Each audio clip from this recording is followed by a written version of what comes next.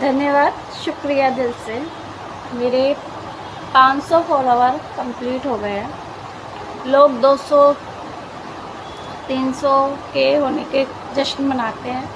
मेरे लिए 500 भी बहुत बड़ी बात है, क्योंकि मैंने जीरो से शुरू करा था। और सबसे बड़ी बात यह है कि इन फॉलोवर में मेरे अपने रिश्तेदार, मेरे अपने फ्रेंड कोई भी नहीं है। मैंने सबको ब्लॉक कर दिया था। मैंने सबको ब्लॉक करके ये नई आईडी बनाई। इस पर मैंने जीरो से शुरुआत की और इस पर मेरे 500 फॉलोवर आ गए। और 1 महीने के अंदर अंदर ये ग्रोथ मैंने देखी है अपनी, तो उसके लिए दिल से थैंक यू। लेकिन बस अब मैं थैंक यू बोल रही हूँ, इसका मतलब ये नहीं कि घटते जाए घटते जाए घटते जाए, ऐसे मत करना। और मेरी आईडी पे ना मैंने कुछ लिख के आ गया है, पता नहीं क्यों आया है, वो कैसे हटेगा, कोई बता सकता है?